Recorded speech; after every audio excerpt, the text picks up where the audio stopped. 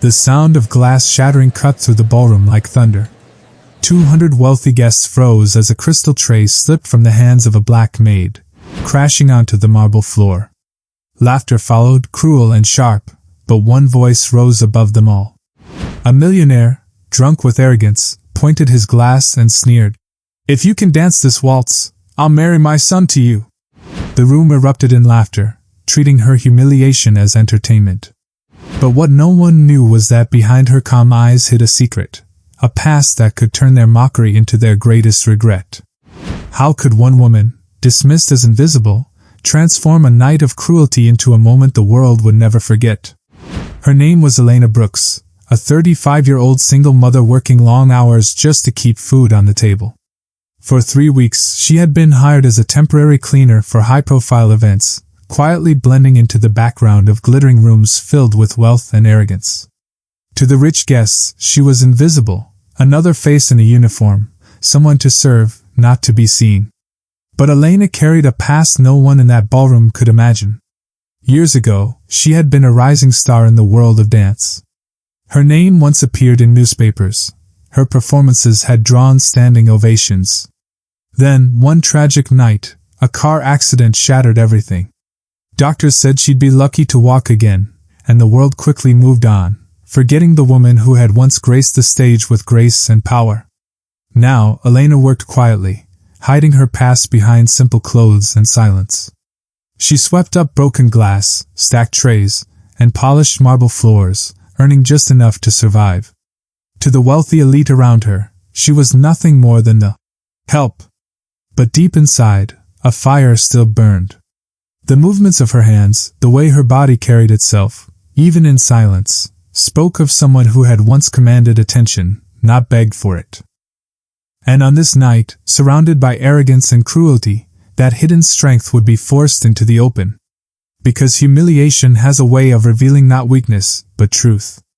And Elena Brooks was about to show a room full of skeptics that underestimating her would become the most expensive mistake of their lives. The laughter rolled through the grand ballroom like a wave, cruel and heavy.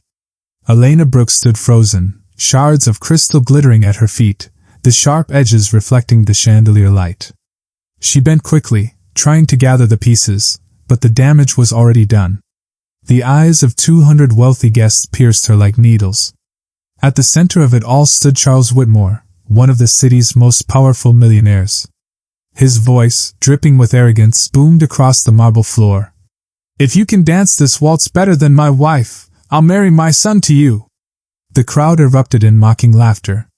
Women hid their smirks behind jeweled fans, men shook their heads with smug amusement. To them, it wasn't cruelty, it was entertainment. Elena's hands trembled as she picked up the shards, but her face remained calm. The insult wasn't new.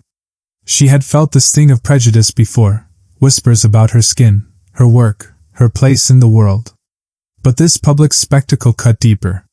Charles wasn't just mocking her clumsiness. He was mocking who she was. His son, Daniel, shifted uncomfortably at the edge of the room, shame flickering across his face. "Father, this is too far," he whispered. But Charles silenced him with a glare, drunk on whiskey and power. "Play the music," Charles barked, his voice echoing against the high ceilings. "Let's give these guests a proper show. Place your bets, ladies and gentlemen. 500 on my wife to win, 1,000 if you dare bet on the maid." Bets flew across the room like daggers. Diamond-clad women giggled as they waved crisp bills in the air. Men clinked glasses, laughing as if they were at the theater. To them, Elena wasn't human, she was a spectacle. But behind Elena's stillness, something stirred. A fire that had been buried for years flickered to life. She straightened, wiped her hands on her apron, and met Charles's gaze. Her voice was clear, sharp, unshaken. "I accept." The room froze. For a moment, silence pressed down like a heavy curtain. Even the orchestra lowered their instruments, unsure if they had heard correctly. "You what?" Charles asked, his grin faltering. "I accept your challenge," Elena repeated, her words steady as steel. "And when I dance better than your wife, you will keep your word." The laughter returned, louder this time, but there was unease beneath it. Some guests exchanged uncertain glances. There was something in Elena's tone, not defiance, not desperation, but certainty. Charles smirked, regaining his swagger. Very well then. But when you lose, and you will lose, you'll crawl on your knees and beg for forgiveness before every person in this room. And then you're fired. A ripple of cruel laughter followed. Standing across the room, Victoria Whitmore, Charles's 50-year-old wife, stepped forward with a venomous smile. She was known for teaching dance lessons to Manhattan's elite, her name whispered in the same circles as charity balls and exclusive clubs. To her, this wasn't a challenge, it was an insult that she intended to crush. "Darling," she purred, "do I really need to waste my time competing with her?" She gestured dismissively toward Elena, her voice dripping with disdain. "You won that club trophy last year, didn't you?" Charles replied loudly, ensuring every guest heard. "This should be nothing more than a warm-up for you." Polite laughter rippled again, but beneath it, a strange tension lingered. At the edge of the ballroom, a man in a dark uniform approached Elena discreetly. Marcus Green, the head of security, leaned close enough that only she could hear. "I know you," he whispered. "I saw you dance 15 years ago. Elena Merrill, the ballerina who disappeared after the accident." Her breath caught, but she didn't flinch. "I thought you were gone," Marcus continued, his eyes a mix of awe and disbelief. "They said you'd never walk again." "The newspapers said a lot," Elena murmured, her voice calm. "Not all of it true." Marcus nodded, his expression hardening. "Whatever happens tonight, remember, you don't owe these people anything. But if you want, I'll record every second. They need to see the truth." Elena gave a faint nod. For the first time in years, she allowed the fire inside her to burn. Across the room, Charles raised his glass. "Bring the music back. Let's end this nonsense quickly." The orchestra prepared, instruments poised. Victoria stretched dramatically, twirling once to show off her skill. The crowd applauded politely. She had the training of privilege, polished and practiced, but to Elena's eyes it was hollow, a hobby dressed as mastery. Elena stood motionless, her body still but her mind alive, muscles remembering every turn, every leap, every ovation that once defined her. 15 years of silence were about to break in a single performance. The ballroom laughed. Charles gloated. Victoria smirked. And Elena Brooks prepared to remind the world who she truly was. The first notes of the waltz floated across the ballroom, sweet and delicate against the suffocating tension. Victoria Whitmore moved gracefully onto the floor, her steps neat, practiced, the kind you'd expect from someone who paid tutors rather than bled for the craft. She twirled once, twice, basking in polite applause. To her, this was already over. But when the orchestra reset for Elena, something shifted. She didn't rush to the floor. She closed her eyes, took a slow breath, and let her body remember. 15 years of silence collapsed in that instant, replaced by the roar of muscle memory and the echo of ovations that once shook entire theaters. The moment she stepped into motion, the air changed. Her first turn was subtle, controlled, but it carried a weight that made even the musicians glance at each other in surprise. Then she rose into a series of spins, each one fluid, seamless, effortless, as if gravity itself bowed to her. Gasps rippled through the hall. The laughter died. Elena wasn't dancing to prove herself. She was dancing to reclaim herself. The waltz unfolded like a storm. She lifted into a grand leap that hung in the air just a fraction longer than physics should allow. She turned with precision honed by years of relentless discipline, each move sharper than the last. This was not ballroom fluff. This was ballet at its most commanding, adapted, transformed, and alive. Guests leaned forward in disbelief. Some clutched their pearls. Others lowered their glasses mid-sip, forgetting the champagne in their hands. They had come expecting a joke, but what they were witnessing was art that pierced the soul. Victoria froze at the edge of the dance floor, her smirk wiped away. She knew instantly, this was no contest. It was devastation. And Charles? His jaw tightened. His knuckles whitened around his glass. This wasn't supposed to happen. This maid wasn't supposed to shine. Elena's body surged with every note, her movements echoing years of struggle. The accident, the endless rehab, the cruel whispers that her career was over. Every scar, every painful night poured into her dance. She spun faster, each pirouette daring the audience to deny her brilliance. By the final crescendo, she unleashed the sequence that had once made her a star, fouettes, rapid, continuous turns balanced on one leg. The ballroom erupted in gasps. These were moves that only the elite of the elite could perform, and she executed them flawlessly.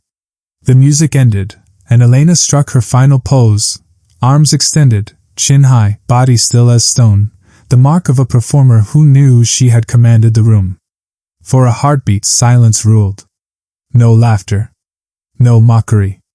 Just the stunned stillness of people who had underestimated her and now faced the truth. Then applause crashed like thunder. Chairs scraped back as the entire hall rose to their feet. Some shouted, "Bravo!" Others clapped until their hands stung. The ovation was so intense the chandeliers trembled. But not everyone clapped. Charles Whitmore stood frozen, his face pale. His wife, humiliated, turned away. And his son Daniel? He looked at Elena with awe, as if he had just seen a miracle.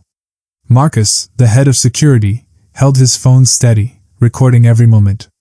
Not just Elena's performance, but the faces of the rich and powerful, their arrogance collapsing in real time. Charles finally found his voice, trembling with rage.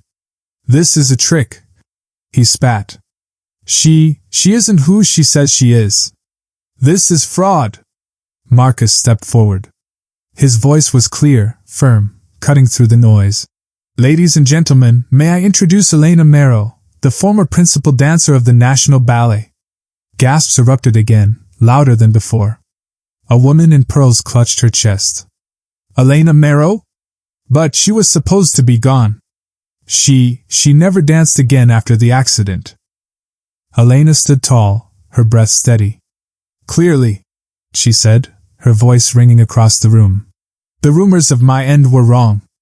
The hall shook with another wave of applause, but Charles shouted over them, desperate to regain control. "This means nothing. It was all a joke. You think anyone will take this seriously? You think anyone cares what a maid does?" Marcus raised his phone, playing back the recording of Charles's drunken challenge, his sneers, his bets, his promise to marry his son to her if she won. The words echoed across the speakers. There was no denying it now. Elena stepped forward, her eyes locking on Charles. "You wanted entertainment," she said, calm but cutting. "But what you created was truth. And now the whole world will see it." The audience turned, their applause fading into murmurs, into judgmental stares, all directed at Charles. His empire had been built on reputation, on fear, on the illusion of superiority. But in one night, in one dance, Elena had shattered it. The phones rose. Screens glowed. What began as mockery was now a scandal captured from every angle. And in that moment, as Charles's face twisted between rage and fear, one question hung heavy in the air. Would he honor his word, or would his arrogance finally destroy him? The ballroom erupted, not in laughter this time, but in chaos. Dozens of phones captured every second of Charles Whitmore's humiliation, his drunken voice replaying from Marcus's recording, his sneer turned into evidence. 200 witnesses, all hearing the bet he never thought he would be forced to honor. Charles's face was red with fury, his arrogance slipping into desperation. "This doesn't count," he roared. "It was a joke, nothing more." But no one was laughing anymore. The elite crowd that once cheered his cruelty now shifted uneasily, unwilling to be linked to his prejudice. Whispers cut through the hall like knives: "Coward, liar, racist." His son, Daniel, finally stepped forward. "Enough, father," he said, his voice steady. "You humiliated her. You humiliated me. And now the whole world will see it." For the first time, Daniel didn't flinch beneath his father's glare. Charles pointed a shaking finger at him. "If you side with her, you're no son of mine." Daniel's reply was calm but devastating. Then so be it. I'd rather stand for dignity than kneel for money. The hall stirred with murmurs of approval. Integrity for once outweighed wealth. Elena stood silent, her posture strong, her breathing even. She hadn't come here for revenge, but she understood the power of this moment. Her voice cut through the noise like a blade. You asked me to dance to prove my worth. But my worth was never yours to decide. Tonight you didn't expose me, you exposed yourself. The crowd erupted again, not with applause this time, but with something sharper, accountability. What had started as a cruel bet was now a scandal that no amount of money could erase. By the next morning, the video spread across every platform. Headlines screamed, "Millionaire mocks Black Maid, humiliated when she turns out to be world-class dancer." Within hours, Charles Whitmore's empire began to crumble. Contracts were cancelled. Board members demanded answers. His reputation, built over decades of power and intimidation, shattered overnight. But Elena? For the first time in 15 years, she wasn't hiding anymore. Invitations poured in, from ballet companies, from journalists, from schools asking her to teach. But the offer that touched her most wasn't from the world of money or fame. It came from a group of children at a local community center, who had scraped together a handwritten letter. "Will you teach us? We want to dance like you." She accepted without hesitation. Months later, Elena Brooks, once dismissed as invisible, stood at the front of a modest studio filled with young faces of every shade and background. The mirrors reflected not just their movements, but their hopes. She taught them not just to dance, but to stand tall in a world eager to break them down. The incident in the ballroom became more than a viral scandal. It became a symbol. A reminder of how quickly arrogance and prejudice collapse when confronted by truth. A lesson in how one woman's resilience could shake the foundations of power. For Elena, the true victory wasn't in humiliating Charles or reclaiming her past glory. It was in building something greater from the ashes. She had transformed pain into purpose, silence into strength, invisibility into visibility. And yet, the story wasn't just about her. Because what happened that night wasn't unique. It was a mirror reflecting a larger truth. How often Black women are underestimated, mocked, and dismissed until they are forced to prove their worth in ways no one else has to. How many times talent is ignored because of skin, or dignity is stripped away because of class. Elena's dance was more than art, it was a protest. A reminder that resilience cannot be erased, that prejudice cannot define worth, and that dignity is not a gift to be given by the powerful but a truth carried by the oppressed. She often told her students, "Your scars don't make you less. They make you unbreakable." The ballroom had learned that lesson the hard way. And now, through Elena, an entire generation was learning it with pride. So the question lingers, not just for the people in that hall, but for all of us. How many more Elenas must be mocked before we finally learn that every human being carries worth that cannot be measured by race, wealth, or status?